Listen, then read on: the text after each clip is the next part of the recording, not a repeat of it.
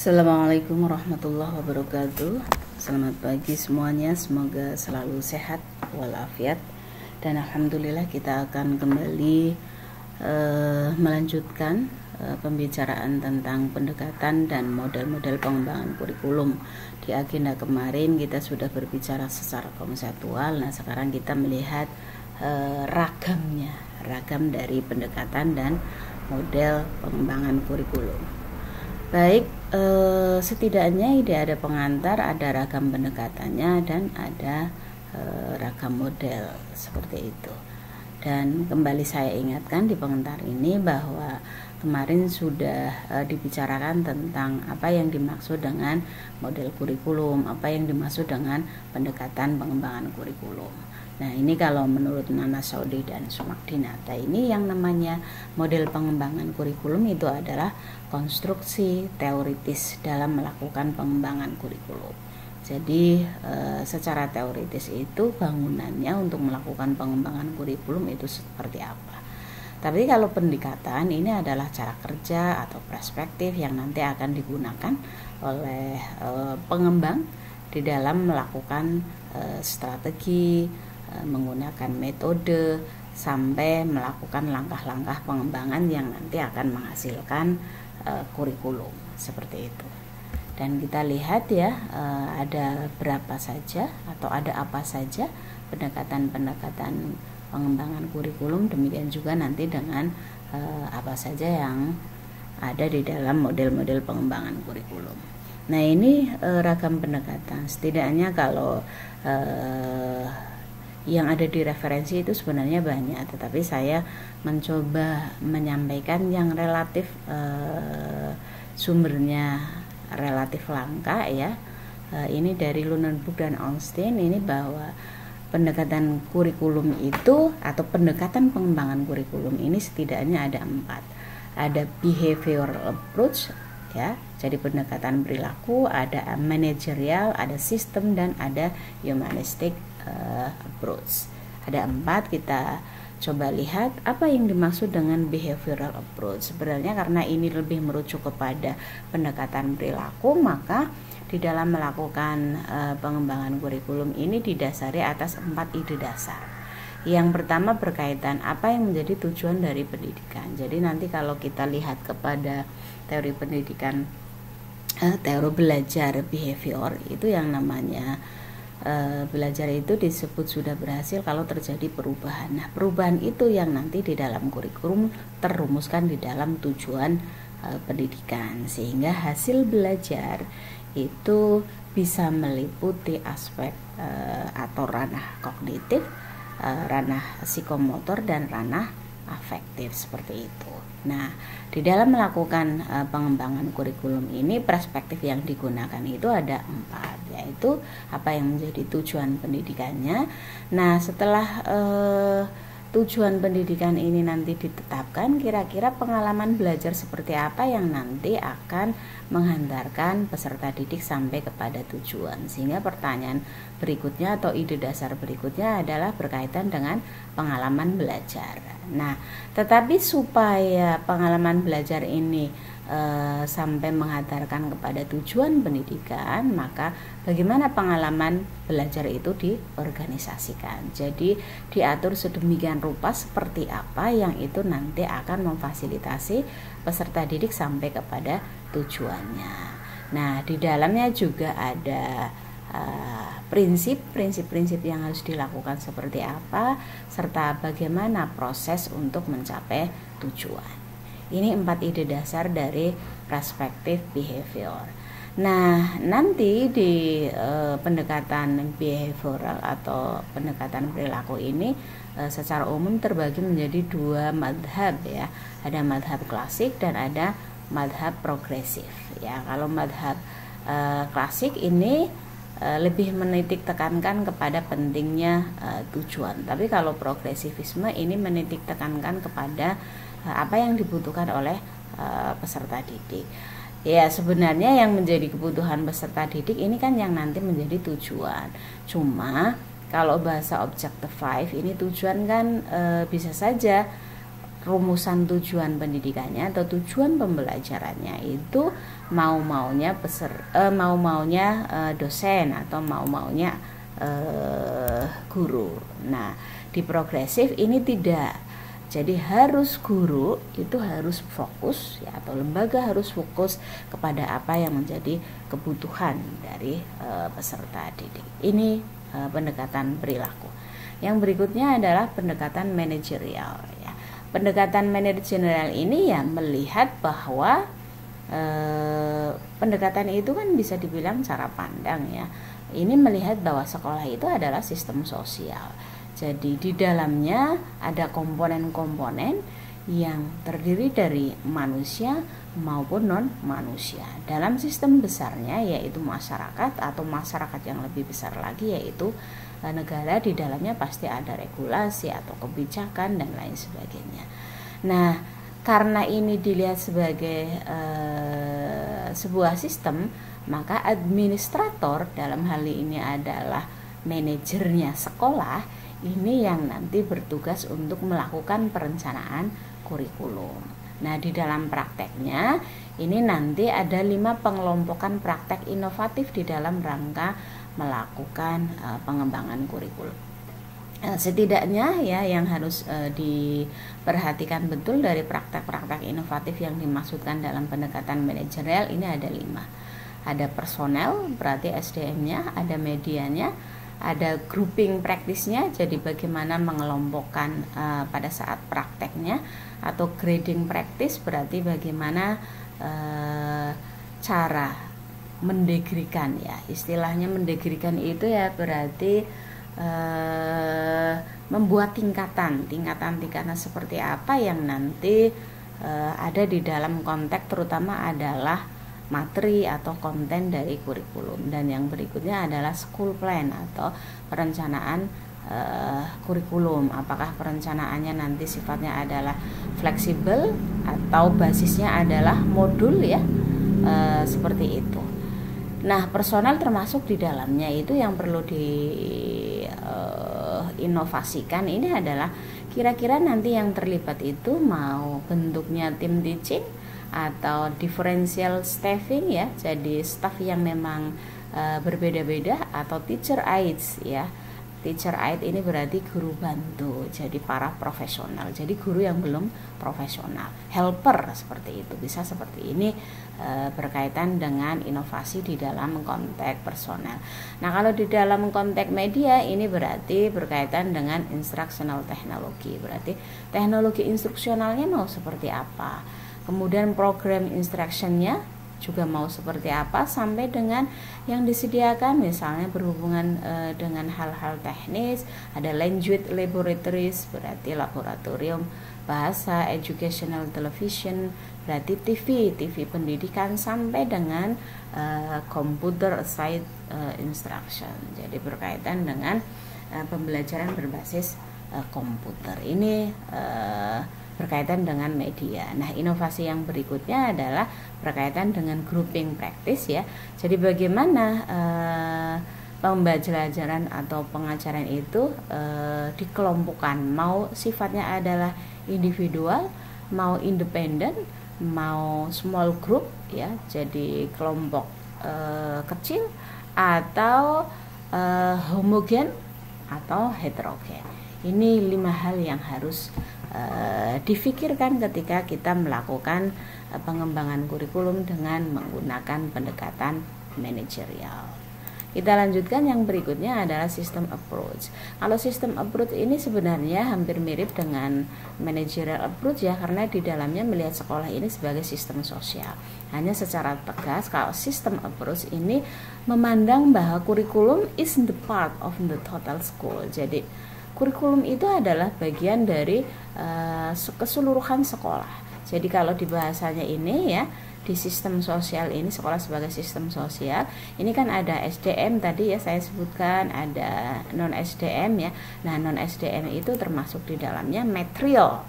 Kalau dalam istilah resources school. Nah, ini yang disebut dengan material, itu bukan sarana prasarana ya, karena sarana prasarana itu adalah mesin. Nah, kurikulum itu adalah material.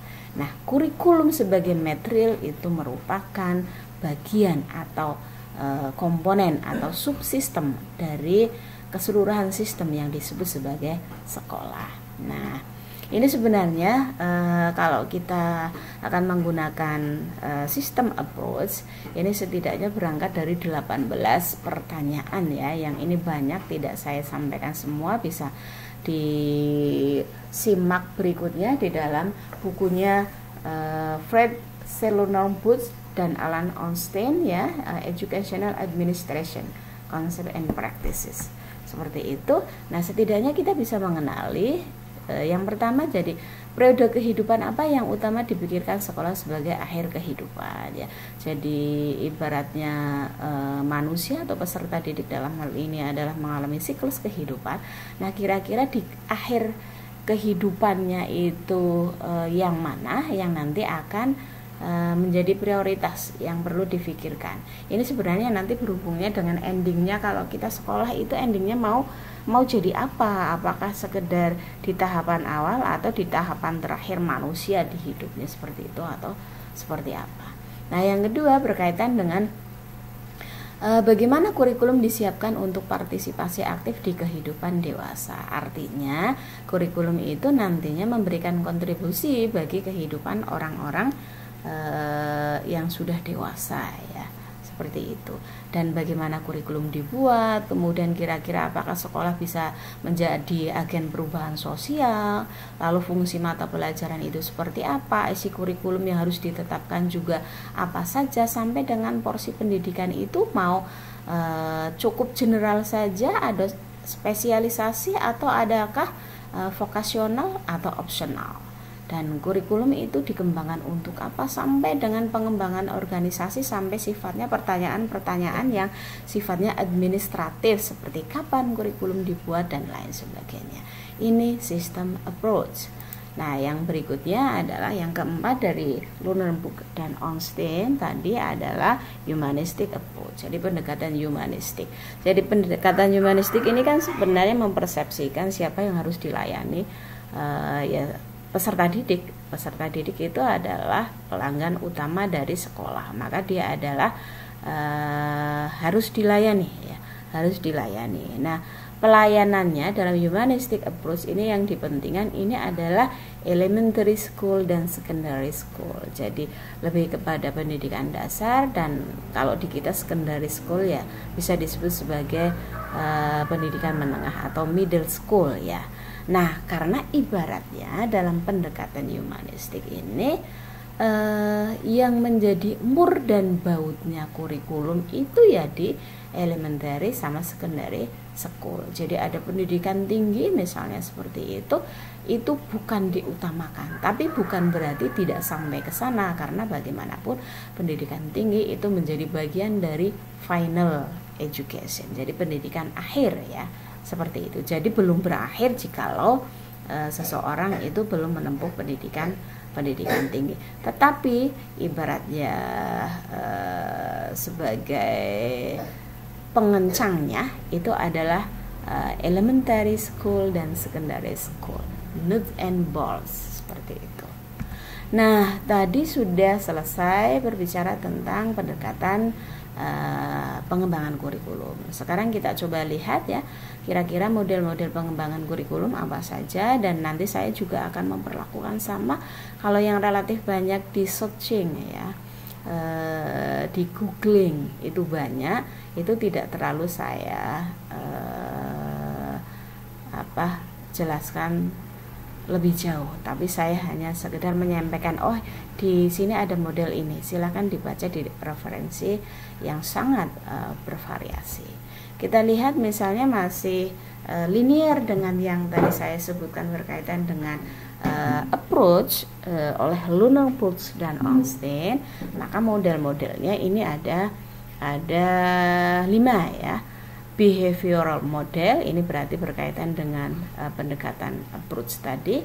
Kemudian ada managerial model, system model, humanistic model, sama non-ethical model ya. Yang 4 ini berkaitan dengan 4 pendekatan yang tadi saya sampaikan. Kalau non-ethical model ini di luar yang 4 ya, tetapi sebenarnya ada pengembangan sendiri yang tidak mengambil madhab dari 4 tadi, yang kemudian muncul ada teorisasi atau konstruk teoritis berkaitan dengan bagaimana kita melakukan pengembangan kurikulum. Nah, ini kalau menurut Lunenburg dan Ornstein. Kalau di versi bahasa Indonesia, dengan misalnya bisa melihat model pengembangan kurikulum, misalnya buku yang relatif lama ini ada Nana Soudi, Sukma Dinata ya. Kalau sekarang misalnya ada Hidayat dan lain sebagainya. Ini yang paling kuna misalnya the administrative model administratif, the grassroots model berarti model akar rumput, ada BICAM system ya, berarti model sistemnya dari BICAM, sama the demonstration model yang sebenarnya ini juga pengembangan dari the grassroots model. Kemudian Tabas inverted model ya, ini dari Tabas, sama Roger ini yang disebut dengan interpersonal relation model, sama emerging technical model. Kita lihat dari pendapat yang pertama dulu ya, dari Lunenburg, yaitu behavioral model. Ini sebenarnya dikembangkan oleh Taylor. Nah, ini intinya ada 3 ya. Pada saat kita menyampaikan tentang bagaimana proses pengembangan kurikulum, nah itu sesungguhnya ya mengadopsi dari model ya, karena model itu berkaitan dengan gambaran umum, tetapi di dalamnya ada konstruksi teoritis. Nah, maka modelnya behavioral ini ya sesungguhnya hanya ada tiga aspek ya, ada planning the curriculum ya, ada implementing, sama evaluation. Ini karena bukan sesuatu yang aneh, saya tidak detailkan seperti itu. Nah, kemudian kalau model yang kedua ya, ini adalah managerial model. Ini siapa yang memberikan ide? Ya, ada Saylor, ada Alexander, ada Lewis ya. Nah, ini kita bisa lihat ya konstruksi teoritisnya yang terdeskripsikan dalam bagian berikut ya. Jadi pada saat yang pertama menetapkan goals and objective 5, ini kan sesungguhnya kalau di behavior model sama dengan planning ya. Nah, ini yang patut diperhatikan ya. Di sini adalah apa yang disebut dengan external force. Jadi kekuatan eksternal yang nanti juga tetap memberikan pengaruh terhadap penentuan goals and objective 5 ya. Ini misalnya ada legal requirement, jadi apa yang dibutuhkan secara formal, research data berarti data-data yang dihasilkan oleh penelitian, atau professional association ya, berarti asosiasi profesional, bisa itu keprodian atau basic keilmuan tertentu, sampai dengan state guideline. Jadi kira-kira petunjuk teknis yang digelontorkan atau dikeluarkan oleh pengambil kebijakan, misalnya negara itu seperti apa, itu bagaimanapun juga akan mempengaruhi tim pengembang kurikulum ketika melakukan perumusan goal and objective 5 ya. Tujuan dari kurikulum itu sendiri, sampai dengan yang harus diperhatikan di sini adalah base of kurikulum ya, berarti yang menjadi aspek dasar dari kurikulum ya, bisa society-nya berarti sosialnya, bisa learner-nya ya, jadi peserta didik, sama knowledge-nya ya, nanti pengetahuan yang berkaitan dengan isi atau konten dari kurikulum. Nah, ini dipertimbangkan betul external force dan base of curriculum ini untuk merumuskan goals and objective 5. Kalau tujuan ini sudah ditetapkan, baru kemudian bikin kurikulum desainnya. Jadi desain kurikulumnya mau seperti apa ya, polanya mau seperti apa, bentuknya mau seperti apa. Nah, kalau ini sudah ditetapkan ya sudah diketok palu, ini baru kemudian kurikulum implementation, berarti dilaksanakan ya dalam proses pembelajaran atau kegiatan ekstrakurikuler misalnya seperti itu. Dan kalau sudah selesai ya harus dievaluasi, berarti curriculum evaluation. Jangan lupa ini ada mekanisme setelah evaluasi, ada mekanisme feedback dan adjustment. Jadi ada mekanisme memberikan umpan balik di dalam rangka untuk merumuskan kembali goal and objective 5 tadi, sampai adjustment untuk dalam rangka melakukan perbaikan atau to improve ya, to improve. Ini nanti ya akan begitu seterusnya ya, seperti membentuk sebuah siklus seperti itu. Dan yang ketiga adalah sistem model, ini dari McDonald. Ini ada kurikulum 1, ini yang sesungguhnya adalah planning. Kemudian yang kedua instruction ya, berarti program pengajarannya seperti apa, sampai teachingnya, berarti ini adalah yang ketiga. Ini berarti berkaitan dengan implementasinya, proses pengajarannya atau learningnya. Berarti learning ini adalah sistem yang keempat ya, berarti bagaimana siswa itu belajar. Ini sistem model ada 4 subsistem, kurikulum 1, instruction, kurikulum 1, 2, 3, 4, kurikulum 1 tetap disebut sebagai kurikulum, dokumennya, instruction ini adalah program pengajarannya, teachingnya ini adalah pengajarannya, dan learning ini adalah aktivitas pembelajaran yang dilakukan oleh siswa atau aktivitas belajarnya siswa. Ini sistem. Dan yang terakhir dari Lunenburg ini adalah, maaf yang keempat ya, humanistic model. Ya, ini yang disebut dengan curriculum of effect ya. Nah, karena ini curriculum of effect ya, kalau kita sebut sebenarnya kurikulumnya itu ya sebenarnya di content vehicle. Nah, konten vehicle ini atau isi kendaraan, maksudnya materi, substansi, konten kurikulum ini adalah sebagai kendaraan yang nanti akan menghantarkan siapa? Ya, menghantarkan ini learner ya, untuk sampai berubah menjadi outcome ya. Tidak hanya sekedar menjadi output tapi menjadi outcome. Tapi di konten vehicle ini harus ditentukan dulu concernnya ini apa, berarti konsentrasinya, diagnosisnya ini nanti seperti apa untuk sampai menghasilkan konten. Berarti termasuk di sini adalah need analysis untuk need learner ya, berarti kebutuhannya peserta didik. Organizing ideas ini berkaitan dengan bagaimana mengorganisasikan ide-ide nanti yang akan dituangkan dalam bentuk konten ya atau materi. Ini yang berarti juga kalau di konteks lain ini disebut sebagai organisasi kurikulum. Nah, vehicle ini karena menjadi kendaraan kontennya tadi, ini nanti akan menghantarkan learner ini nanti akan menguasai berbagai macam skill seperti itu ya. Di samping itu juga proses pengajarannya ya, teaching prosedur ini juga harus mematuhi prosedur ya, prosedur pengajaran yang sudah ditetapkan untuk dalam rangka efeknya adalah menghasilkan outcome. Ini humanistic model. Dan yang terakhir non-technical model, ini sebenarnya sama bahasanya, bisa disebut sebagai naturalistic model atau conversationalist model, critical pedagogis sampai post-positivist model. Nah, tapi yang perlu ditekankan di sini karena ini keluar dari 4 madhab yang sebelumnya, ini yang menjadi fokus ini adalah siswa ya.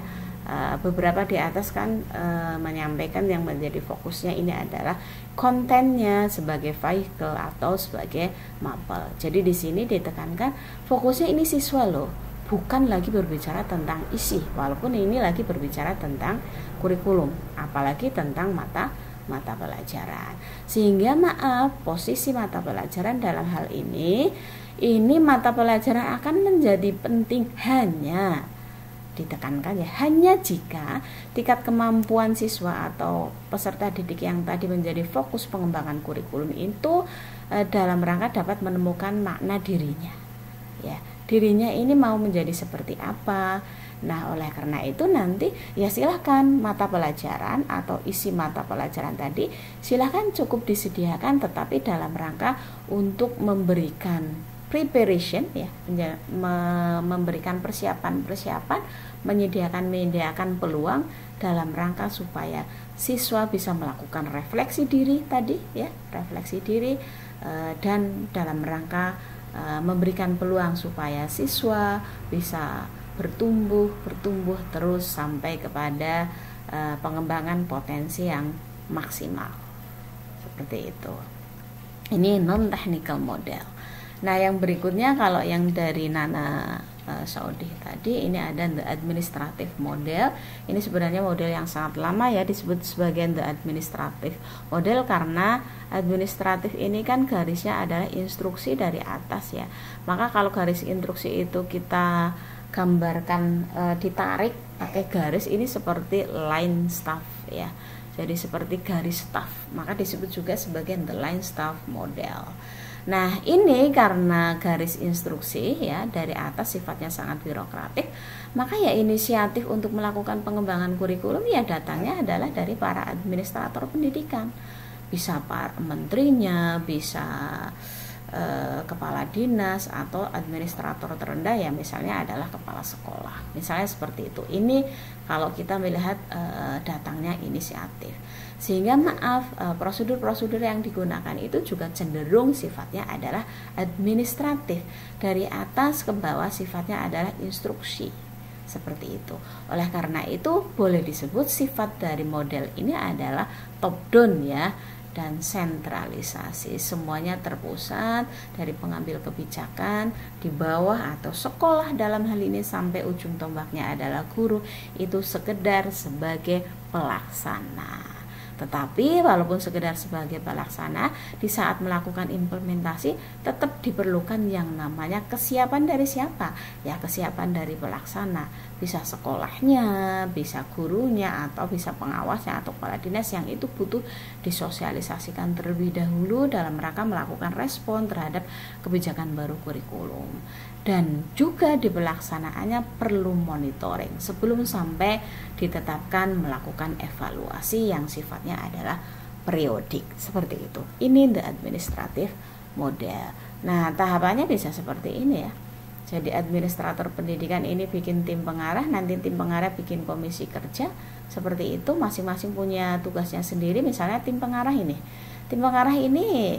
kerjanya adalah merumuskan konsep dasarnya ini mau seperti apa, landasan kurikulumnya mau pakai apa, kira-kira nanti kebijaksanaannya ini overall atau project atau bertahap misalnya seperti itu, sampai kemudian dengan strategi utama untuk melakukan pengembangan kurikulum nanti seperti apa.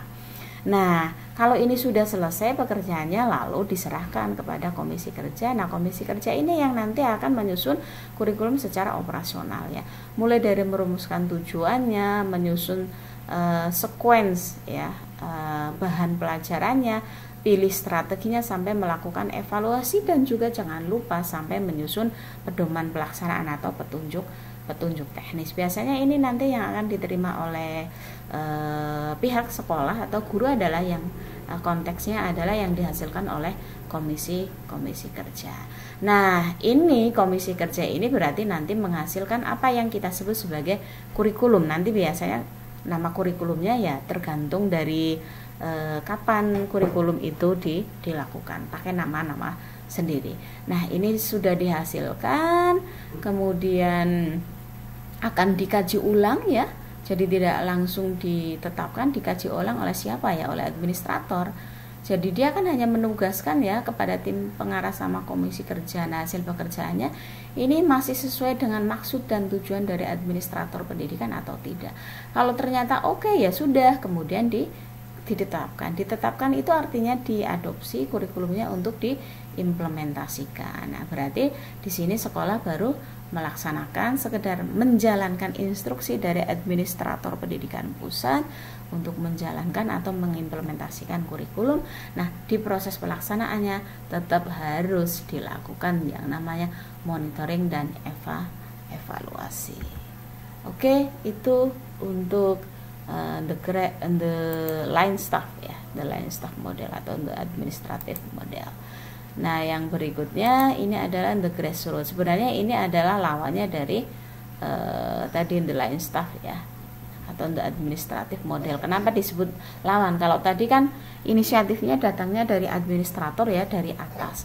Nah, kalau inisiatifnya ya dari bawah, dari akar rumput, yaitu siapa ya? Guru atau setidaknya sekolah seperti itu. Jadi guru secara pribadi boleh, sekolah secara kelembagaan satu sekolah itu juga boleh. Nah, oleh karena itu, karena datangnya dari bawah, maka sifatnya adalah kebalikan dari yang tadi, yaitu bottom up. dari bawah ke atas, atau lawan tadi sentralisasi adalah desentralisasi. Maka karena inisiatifnya dari guru, maka peran guru di sini sangat penting. Dan guru-guru ini adalah guru-guru yang sudah profesional, sudah senior seperti itu. Dia berperan sebagai perancana juga, tapi juga sebagai pelaksana sekaligus sebagai penyempurna ya. Proses belajar mengajar di dalam kelas. Jadi all in ini perannya ya, seperti itu. Ini kebetulan jikalau yang inisiatifnya mau guru mau sekolah, ini tetap tulang punggungnya adalah guru, sehingga guru ini mulai dari awal sampai akhir akan berperan. Nah, peluangnya ini untuk kompetisi dan mutu ini sangat luas, karena orang-orang yang biasanya punya inisiatif ini biasanya akan cenderung menjadi melakukan pengembangan diri, dan akhirnya ini akan menjadi pribadi-pribadi yang mandiri dan kreatif. Nah, bagaimana pemberlakuannya? Apakah pemberlakuannya hanya untuk satu guru tersebut atau satu sekolah tersebut? Nah, ini ada beberapa aturan ya. Nah, kalau misalnya pengembangan kurikulum itu dilakukan hanya kepada salah satu komponen maupun keseluruhan komponen kurikulum ya, atau satu bidang studi atau keseluruhan satu sekolah atau sekolah yang lain, satu daerah maupun dengan daerah yang lain, maka pemberlakuannya ya kembali kepada aspek yang dikembangkan tadi. Jadi kalau hanya salah satu komponen dari kurikulum ya berlaku untuk komponen kurikulum tersebut. Kalau hanya bidang studi tersebut, ya maka berlaku untuk bidang studi tersebut. Jika keseluruhan bidang studi ya untuk keseluruhan bidang studi. Demikian juga kalau hanya untuk satu sekolah ya berarti hasil pengembangan kurikulum itu hanya satu sekolah. Tapi kalau melibatkan sekolah yang lain maka otomatis juga hasil pengembangan kurikulum berlaku untuk sekolah yang lain. Bahkan kalau misalnya satu daerah, satu kabupaten, satu provinsi melakukan pengembangan kurikulum itu secara bersama-sama, maka berarti berlakunya ya untuk daerah tersebut atau untuk provinsi tersebut. Syaratnya untuk bisa menggunakan model ini yang penting adalah gurunya ya harus siap, fasilitasnya harus oke, biaya juga membackup, dan jangan lupa resources yang berkaitan dengan kepustakaan dalam rangka melakukan konstruk teoritis terkait dengan model pengembangan kurikulum juga harus tersedia secara mencukupi begitu. Ini tahapannya ya, boleh dari sekelompok guru atau sekelompok sekolah atau satu sekolah terus melakukan pengembangan kurikulum, hasilnya kemudian diimplementasikan berdasarkan tahapan yang pertama tadi, mau sekolah kah, guru kah, satu guru satu komponen seperti itu, tapi tetap implementasinya nanti ada di dalam kelas. Ini untuk the grassroots model. Yang berikutnya ini untuk BIKAM system ya. Ini menetapkan wilayah, menetapkan personalia, organisasi sama prosedurnya, sampai kemudian implementasi dan evaluasi. Jadi kalau kita lihat ya, hampir implementasi, evaluasi itu hampir semuanya ada di dalam semua model. Yang berbeda ini biasanya di tahapan penentuan tujuan atau perencanaan, misalnya penetapan personalia berarti supporting yang membackup di dalam prosedur pengembangan kurikulum seperti itu, sampai dengan pengorganisasian sebelum diimplementasikan. Jadi clue yang relatif tidak ribet berbeda dengan model-model yang lain adalah diimplementasi sama dievaluasi. Demikian juga dengan BIKAM ya. Jadi model sistem dari BIKAM. Nah, ini model inverted ya, ini dari Taba ya. Ini sebenarnya modifikasi dari Taylor. Ini lebih menekankan kepada guru ya. Jadi kenapa? Bukan berarti guru sebagai center di dalam proses pembelajaran, itu tidak. Tapi maksudnya menekankan kepada guru di sini artinya guru ini ditempatkan sebagai inovator. Dia yang akan melakukan pengembangan kurikulum. Nah, oleh karena itu, karena guru sifatnya adalah individual ya, seperti itu, maka sifatnya juga induktif. Artinya sifat pengembangannya adalah induktif. Nah, ini tahapannya buat unit eksperimen, kemudian menguji unit eksperimen, mengadakan revisi dan rekondisi ya, perbaikan, kemudian pengembangan setelah keseluruhan dari kerangka kurikulumnya ya, baru implementasi dan diseminasi. Ini 5 langkah yang ada di dalam modelnya Taba. Baik, kita akan mencoba melanjutkan. Ini modelnya Miller, Seller. Nah, ini ada klarifikasi orientasi kurikulum. Jadi, orientasi kurikulumnya itu apa? Ini biasanya dilandasi oleh landasan pengembangan kurikulum, landasan filosofi dan lain sebagainya. Baru kemudian pengembangan tujuan. Jadi, tujuan dari kurikulumnya itu akan seperti apa? Ya, tentu beda ya, kayak misalnya kurikulum 2013 dengan revisi kurikulum 2013 ini juga berbeda walaupun sama-sama tentang kurikulum 2013. Nah, kalau sudah seperti itu, pengembangan tujuannya sudah, lalu langkah selanjutnya adalah melakukan identifikasi model mengajar. Kalau tujuannya seperti ini, kira-kira model mengajarnya yang pas itu seperti apa? Jadi ini harus linear, baru diimplementasi. Apakah ini kemudian saat implementasi tidak diakhiri dengan evaluasi? Tetap, walaupun ini tidak secara eksplisit ada evaluasi, tetap implementasi itu perlu dimonitor, perlu dievaluasi. Ini Miller dan Seller. Terima kasih. Wassalamualaikum warahmatullahi wabarakatuh.